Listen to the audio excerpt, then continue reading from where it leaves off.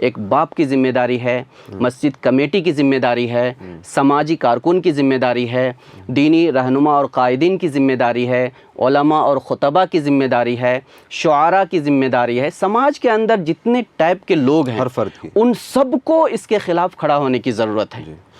جو تک مقرر ہے ان کو اس کے خلاف بولنا چاہیے، جو علماء ہے ان کو اس کے خلاف وضاحت کرنی چاہیے، جو کاتبین ہیں، محررین ہیں، مضمون نگار ہیں، ان لوگوں کو لکھنا چاہیے، اور جو لوگ عدالت کے اندر ہے، وکیل ہے، جج ہے، ان کو اس کی پوری وکالت کرنی چاہیے، اور جو بھائی ہیں جو صحافت میں ہے اس کو صحافت کا کردار ادا کرنا چاہیے۔ آپ لوگ بھی ماشاءاللہ اچھا کام کر رہے ہیں سوشل میڈیا کے ذریعے سے، اللہ تعالیٰ آپ لوگوں کو جزائے خیر عطا فرمائے، لیکن ہر طرف سے ابھی اس کے خلاف مضبوطی کے ساتھ کھڑے ہونے کی ضرورت ہے۔ یہ جو ابھی چل رہا ہے مسئلہ، میں نے پہلے بتایا ہے کہ یہ ایشو نہیں ہے، اس کو ایشو بنایا گیا ہے۔ تو ایک چیز یہ بتائیں کہ کچھ لڑکیوں نے یہ کہا ہے کہ اگر حجاب نہیں تو تعلیم نہیں، یعنی جب تک ان کو حجاب کی اجازت نہیں دی جائے گی وہ تعلیم نہیں لیں گی۔ اگر آپ کی بیٹی ہو تو آپ کیا کہیں گے کہ نہیں تم بے پردہ ہو کر کے تعلیم حاصل کرو، یا تم کو حجاب ہی کرنا ہے، نہیں تو تعلیم نہیں لو؟ آپ کا کیا؟ جن بیٹیوں نے یہ کہا ہے وہ غیرت مند بیٹی ہے، اور ایسی بیٹیوں پر امت کو ناز کرنا چاہیے، فخر کرنا چاہیے۔ ہمارا ایمان پہلے ہے، بے شک ایمان ہے تو دنیا میں سب کچھ ہم حاصل کر سکتے ہیں، اور ایمان نہیں ہے تو اسلام کو بیچ کر کے، اپنے ضمیر کو بیچ کر کے ہم کچھ بھی نہیں کر سکتے۔ اپنی خواہشات پوری کریں، خواہشات ہی پوری کر سکتے ہیں، اس کے علاوہ دوسرے کوئی بات تو ہو نہیں سکتی ہے۔ ابھی اللہ تبارک تعالیٰ نے حکم دیا ہے کہ تم پردے میں رہو، عورتوں کو حکم دیا ہے پردے میں رہو، اور مردوں کو حکم دیا ہے کہ اس کی ذمہ داری نبھاؤ۔ تو اگر ایک عورت یہ کہتی ہے کہ نہیں میں ننگے ہو کے گھوموں گی، تو اس کا ایمان باقی رہتا نہیں۔ اللہ کے حکم کو توڑ دیا تو اس کا ایمان باقی رہتا نہیں، اور جس کا ایمان باقی نہیں رہتا وہ سب کچھ کر سکتی ہے، لیکن اللہ تعالیٰ کے یہاں کبھی بھی وہ قابل قبول نہیں ہو سکتی ہے۔ تو یہ جو ابھی بیٹیاں جو اس طرح کی بول رہی ہے، الحمدللہ اس کا ایمان ہے، اس کے اوپر ہمیں فخر ہے، اور ہم یہ چاہتے ہیں کہ امت کی ہر بیٹی، مسلمان کی ہر بیٹی یہ بات بولے کہ ہم اپنے پردے کے ساتھ علم حاصل کریں گے۔ یہ جو بولتے ہیں کہ یا تو پردہ اختیار کرو یا تو تعلیم اختیار کرو، یہ ان کو بولنے کا حق نہیں ہے۔ یہ لوگوں کو گمراہی میں رکھنے کی کوشش کرتے ہیں۔ اگر ایک آدمی کو کہا جاتا ہے تمہارے دونوں آنکھ میں سے کون سی آنکھ پھوڑ دیں، سوال ہی غلط ہے، سوال ہی غلط ہے نا۔ ایسے ہی کہا جائے گا کہ تم شریعت چاہتے ہو کہ تم دستوری قانون چاہتے ہو، یا اسکول چاہتے ہو کہ تم اپنے شریعت چاہتے ہو، سوال ہی صحیح نہیں ہے۔ اس ملک کے اندر، یہ جو ہمارا جمہوری ملک ہے، اس ملک کے اندر کوئی بھی ایسا قانون نہیں بنایا جا سکتا ہے جس کی وجہ سے کسی بھی انسان کا حق چھینا جا سکے، کسی بھی انسان کا۔ یعنی ہندوستان میں آپ کسی بھی ادارہ سے تعلق رکھتے ہیں، یہ جو دستور ہے اس میں یہ ہے کہ آپ کا حق نہیں چھینا جائے گا۔ میں آپ سے یہ جاننا چاہتا ہوں کہ عدالت کا، ہائی کورٹ کا جو عارضی فیصلہ آیا، انٹرم ججمنٹ، آپ کو نہیں لگتا کہ اس میں حق چھینا گیا ہے؟ بالکل چھینا گیا ہے۔ اسی میں ایک چیز اور ایڈ کرتے ہوئے، خدا نخواستہ مان لیتے ہیں کہ ہائی کورٹ کا ججمنٹ یہ آتا ہے کہ حجاب بین ہے، تو اب ہم کیا کریں گے؟ دیکھیے اس میں دو سوال ہے آپ کا۔ ایک تو ابھی جو فیصلہ آیا ہے اس کے بارے میں کیا آپ کا خیال ہے؟ یہ جو فیصلہ آیا ہے اصل میں عدالت کو یہ پرسنل لا کے متعلق فیصلہ کرنے کا اختیار ہی نہیں ہے۔ یہ عدالت کے اندر اس مسئلے کو گھسیٹا جا رہا ہے۔ صحیح۔ پرسنل لا میں کیا ہے، مسلم کمیونٹی ہے، مطلب یہ ہے کہ ہمارے مسئلے کو ہم خود سولو کریں، ہم عدالت نہ جائیں۔ ہاں بالکل ضروری ہے۔ اس کے لیے مسلم کمیونٹی میں دارالاصلاح ہے، دارالقضاء ہے، اور مسجد کی کمیٹیاں ہیں، بہت سارے ادارے ہیں جو اس مسئلے کو حل کر رہے ہیں۔ تو اصل میں اس مسئلے کو ہمیں یہاں حل کرنا چاہیے۔ ابھی جو لبرل لوگوں کو لا کر کے ایک کیا ڈیبیٹ کیا جا رہا ہے اور بتایا جا رہا ہے یہ پردہ ہے، یہ قانون ہے، یہ تو بحث ہی غلط ہے۔ ہم عدالت سے اور اس ملک کے سسٹم سے گزارش کر رہے ہیں، اگر آپ کے پاس تھوڑی سی بھی سوجھ بوجھ ہے اور شرم و حیا ہے، شرم و حیا ہے، اگر نرلج نہیں ہے، بے حیا نہیں ہے، اور انسانیت سے گر نہیں گئے ہیں، تو اس بحث کو ختم کیا جائے، بند کیا جائے، اور جو لوگ اس میٹر کو اٹھا رہے ہیں اس کے اوپر کڑی سے کڑی کارروائی کی جائے۔ ہم یہ کہہ رہے ہیں کہ یہ غیر اطمینان بخش فیصلہ، غیر منصفانہ فیصلہ جس کو ہم بولتے ہیں، یہ بالکل قابل قبول نہیں ہوگا، اور شریعت کے اندر مداخلت حکومت کرے، عدالت کرے یا کوئی جماعت کرے یہ مسلم کمیونٹی بالکل برداشت نہیں کرے گی. اور پہلے جس طرح بہت سارے علماء نے کہا عدالت کا جو بھی فیصلہ آئے گا ہم مان لیں گے, جو بھی فیصلہ مانیں گے اس وقت جب وہ ہماری شریعت کے مطابق ہوگا. حضرت نے دو بات یہاں پہ بہت ہی امپورٹنٹ اور بہت ہی اہمیت والی بتائی ہے. ایک تو یہ ہے کہ عدالت کا کوئی بھی ایسا فیصلہ جو شریعت کے خلاف ہو ہم اس کو قبول نہیں کریں گے, یعنی مسلمان اس کو قبول نہیں کریں گے. اور دوسری جو سب سے اہم بات ہے جو میں آپ ناظرین کو بتانا چاہتا ہوں کہ یہ جو اردو نام والے مرتد ہیں یا ایتھیسٹ ہیں ان کو حق نہیں ہے کہ اسلام کی چیزوں کو جا کر کے ریپرزینٹ کریں. غالباً یہی کہنا چاہ رہے تھے. حضرت ایک آخری چیز میں آپ سے جاننا چاہوں گا, یہ جو پورا مسئلہ چل رہا ہے اس پہ قوم کے جو نوجوان ہیں, کیونکہ سوشل میڈیا پہ ایک ڈیبیٹ چل پڑی ہے کہ ساری قربانیاں عورت ہی کیوں دیں, مرد کیوں نہیں دیں, تو قوم کے جو نوجوان ہیں ان کا کیا رول ہے سیرت میں آپ کیسے دیکھتے ہیں؟ ایک مسلمان نوجوان کیسا ہونا چاہیے جب ان کی بہنوں کی, ان کی ماؤں کی, ان کی بیٹیوں کی عزت اچھالی جائے؟ تو یہ بہت اچھا سوال ہے اور اس وقت کی ضرورت ہے. میں سب سے پہلے ہمارے ملک کے سارے نوجوانوں اور تمام مذاہب کے ماننے والے نوجوانوں کو یہ بولنا چاہوں گا کہ یہ ملک آپ کا ملک ہے, یہ دستور آپ کا دستور ہے, یہ اس ملک کی جو گنگا جمنی تہذیب ہے یہ آپ کی ہے. اس کی حفاظت کرنا, اس کو پرامن رکھنا اور یہاں پر سارے انسانوں کے اندر میل محبت اور پیار محبت پیدا کرنا یہ آپ کی ذمہ داری ہے. سب کے ساتھ مل کر رہنا اور سب کو کے دکھ درد کے اندر شریک ہونا یہ ہم سب کی ذمہ داری ہے.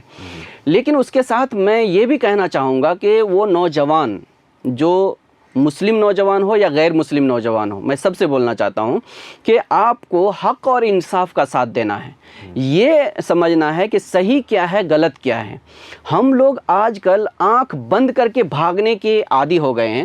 اگر کسی نے کہہ دیا کوا کان لے کے بھاگا ہے تو ہم اپنے کان دیکھنا چاہیے, ہم کو یہ نہیں دیکھنا چاہیے کہ کوا کدھر بھاگ رہا ہے. اس کے پیچھے پیچھے بھاگیں گے تو ہم نہیں پکڑ سکتے ہیں. تو ابھی جو یہ سنگھ پریوار اور RSS اور BJP کی طرف سے ایشو اٹھائے جا رہے ہیں اور افواہیں پھیلائی جا رہی ہے, ہم کو اس کے پیچھے بھاگنے کے بجائے ہم کو یہ دیکھنا چاہیے کہ ہمارے ملک کا دستور کیا کہتا ہے. اس ملک کے اندر مسلمانوں کے اور دلتوں کے اور آدیواسیوں کے اور سکھوں کے اور عیسائیوں کے رائٹس کیا ہیں, ان رائٹس کے خلاف یہ ہو رہا ہے یا اس کے مطابق ہو رہا ہے. اگر ان رائٹس کو چھینا جاتا ہے, حقوق کے اوپر حملہ کیا جاتا ہے اور ان کو دبانے کی اور ڈرانے کی کوشش کی جاتی ہے یا ایک غیر قانونی اور غیر دستوری اصول بنا کر کے کسی بھی کمیونٹی کے لیڈیز بچوں کو عورتوں کو جاب سے, نوکریوں سے, تعلیم سے محروم کیا جاتا ہے تو اس کے خلاف ہم کو کھڑا ہونا پڑے گا. اور خاص طور سے میں مسلم نوجوانوں سے کہنا چاہتا ہوں کہ آپ کسی بھی طوفان اور سیلاب کے اندر بہنے کے بجائے آپ ایک مضبوط پتھر اور پہاڑ کی طرح مضبوط بن جائیں, کیونکہ اس وقت ہم کو مضبوطی کے ساتھ اپنے اوپر ہونے والے حملوں کا دفاع ہی نہیں کرنا ہے, اس کو روک کر کے راستے سے ہٹا کر کے آگے بڑھنا ہے. صرف دفاع نہیں, یہ تو قوم چاہتی ہے کہ مسلم جو نسل ہے وہ اپنے ڈیفنس میں ہر وقت ہاتھ جوڑے کھڑے رہیں, ملے گا تو ملے گا, نہیں ملے گا تو چلے گا. یہ نظریہ ہی غلط ہے, اس کو ہٹانا ہے. ہمارے سامنے جو اس وقت حالات کے اور مصائب اور مشکلات کے پہاڑ کھڑے کر دیے گئے ہیں اس کو سائڈ کرنا ہے اور آگے بڑھنا ہے. بہت شکریہ آپ کا. مفتی حنیف احرار قاسمی صاحب نے بہت خوبصورت طریقے سے 3-4 چیزیں ہمیں بتائی. ایک تو یہ ہے کہ عدالت کا فیصلہ اگر ہمارے اسلام کے خلاف آتا ہے تو ہم اس کو نہیں مانیں گے, اس کے خلاف احتجاج کریں گے. دوسرا, انہوں نے ہم لوگوں سے یعنی جو قوم کے جو نوجوان ہیں ان سے گزارش بھی کی کہ ان کے جو احساسات ہیں, ان کے جو جذبات ہیں اس کا صحیح جگہ استعمال کریں اور قوم کی ترقی اور فلاح و بہبود کے لیے کام کریں. امید کرتے ہیں یہ جو گفتگو ہے اس کا آپ کو اچھا لگا ہو. ضرور کمنٹ میں بتائیں کہ یہ ویڈیو آپ کو, یہ جو پورا انٹرویو ہے آپ کو کیسا لگا. اور بہت بہت شکریہ آپ کا ہمارے اسٹوڈیو میں آنے کے لیے. اگر یہ انٹرویو آپ کو پسند آتا ہے اس کو زیادہ زیادہ شیئر کریں, ملی ڈائجسٹ کو سپورٹ کریں. شکریہ. جزاکم اللہ خیر.